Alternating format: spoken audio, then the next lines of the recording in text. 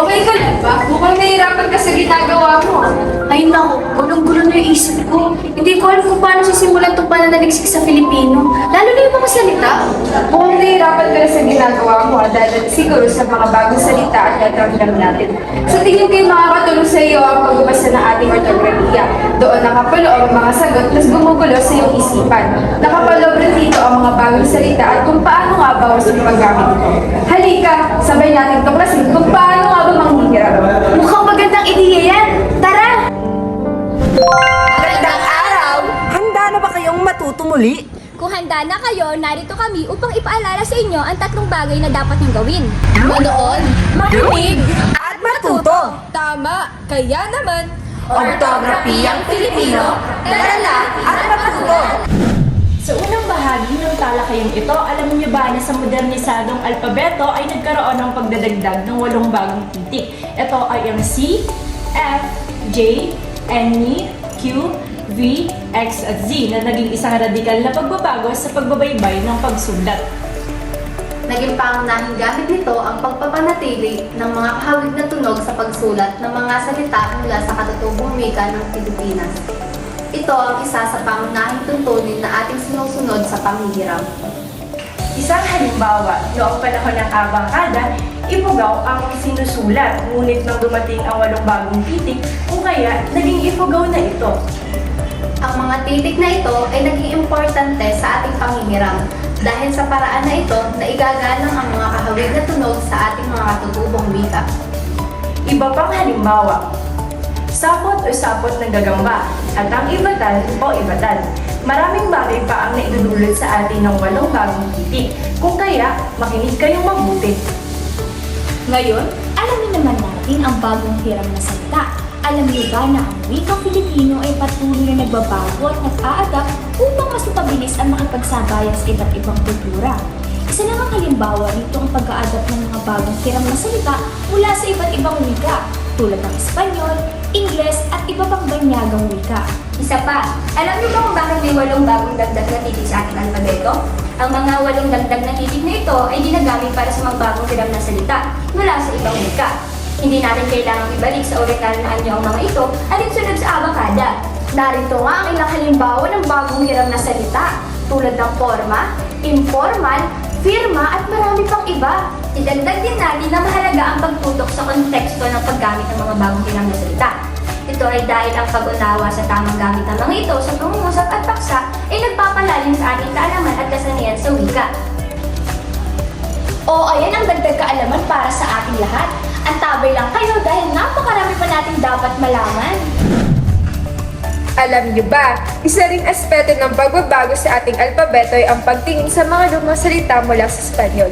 Sa mga lumang salitang Espanyol, mahalaga ang pagtingin sa mga dating anyo ng mga salita mula sa Diksyonaryo Tagalog-Espanyo hanggang sa Diksyonaryo Tesauro-Pilipino-English.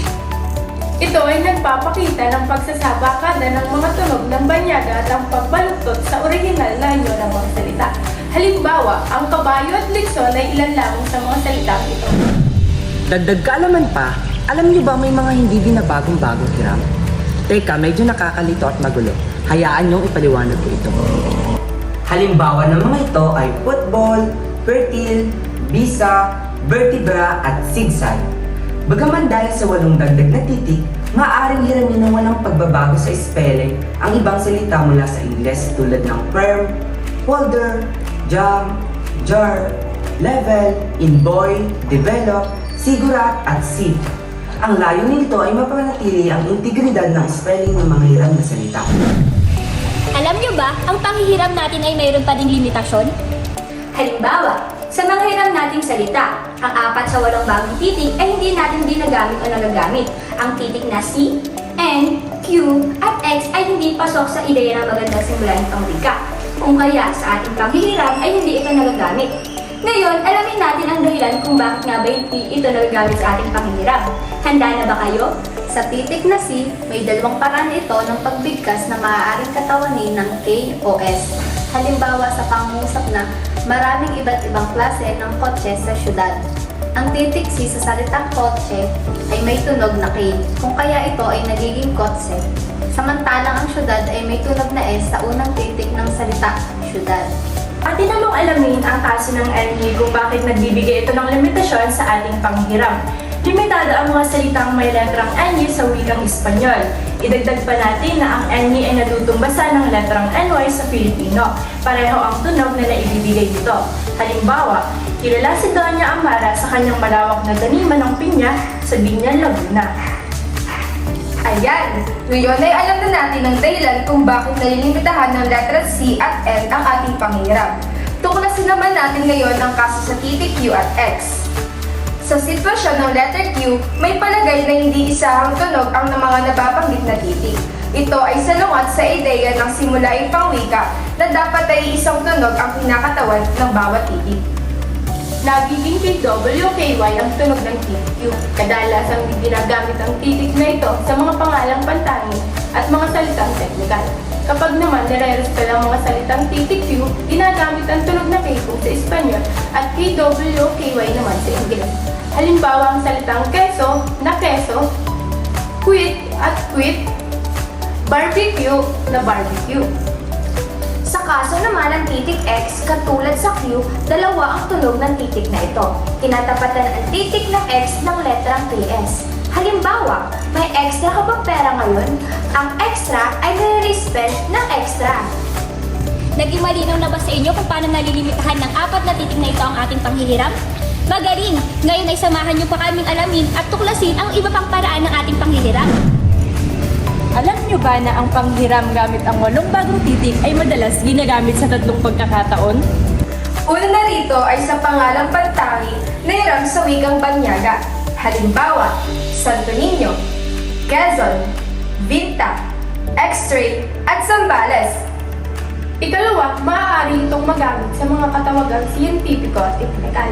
Halimbawa, carbon dioxide, axis, oxygen. Tandaan, kapag tayo gumagamit ng mga ito ay panatilihin natin ang orihinal na baybay. Sumakatwid, ang X-ray ay mananatiling X-ray at hindi X-ray. Ikatlo, ginagamit din ang 8 dagdag na titik sa mga salita na mahirap dagli ang i-respell, tulad lamang ng mga salitang cauliflower, jaywalking, at Flores de Mayo. Paano naman kaya ang pagsasali ng ibang hiram na salita? Alam niyo ba na may tinatawag na eksperimento sa Ingles pagdating sa panghihiram? Ito ay ang pagbibigay pagkakataon sa pagre-spelling ng mga bagong hiram sa Ingles at iba pang wika. Ilang halimbawa rito ang schedule mula sa schedule, traffic mula sa traffic, at graduate mula sa graduate. Natutulungan ito ang mga mag-aaral na madaling makilala ang mga salita na nakasulat sa version ng original na salita. Ngunit kailan hindi maaari ang i-spelling? Ito ay hindi maaari kapag ang mga salitang nabuo ay nagiging katawa-tawa sa anyo sa Filipino. Halimbawa rito ay ang mga salitang tulad ng pizza na kapag isinulat ay magiging pizza. Ang coke na kapag isinulat ay magiging coke. Pag mali ang paggamit ng respelling at ganitong mga halimbawa, ang kinalabasan ay maaari magdulot ng mga ibang pagkaunawa at pagkawala ng tunay na kahulugan ng mga salita. Alam niyo ba? Ang panghihiram natin ay sumusunod sa alituntunin ng Espanyol muna, bago Ingles. Ito ay dahil halos magkapareho lang din ang nagiging baybay sa Pilipino at Espanyol kaysa sa Ingles. Kung kayo ang papipiliin, Espanyol o Ingles? Patingin naman ang imahe na sined ni Sir sa GC. Patingin naman ang image na sined ni Sir sa GC. Hindi ba't mas magandang basahin na imahe mula sa Espanyol kaysa image mula sa Ingles? Ito ay dahil tunay namang nahahawi ang kanyang mga salita ng Espanyol sa salita ng Filipino. Mukhang mas lamang ang Espanyol kaysa sa Ingles sa paraan ng ating panghiram. Panibago na namang kaalaman. Alam nyo ba, sa pag-iwas sa paggamit na tinatawag na Shokoy o salitang hindi Espanyol at hindi Ingles ng anyo, ipinapakilala ni Virgilio S. Almario ang kahalagahan ng tamang paggamit ng wika. Maraming halimbawa ng siyokoy tulad ng aspeto sa halip na aspekto, imahe sa halip na imahen at iba pa. Ipinapayo na ang pagsangguni sa diksyonaryong Espanyol bago isalin sa wika ang mga salita. Binabalaan din ang mabilisang paggamit ng mga termino nang hindi alam ang kanilang tamang anyo. Ang payo ay gamitin ang tamang katapat na salita sa Filipino kung kinakailangan. Dagdag pa, binabanggit ang pagiging tiyokoy ng ilang akademisyan sa paggamit ng level sa halip na level. Ang pagsaalang-alang sa tamang pagbigkas at paggamit ng mga salita ay mahalaga para sa wastong komunikasyon. Marami-rami rin pala ang paraan ng panghihiram. Nakakalito, ngunit masaya itong pag-aralan, hindi ba?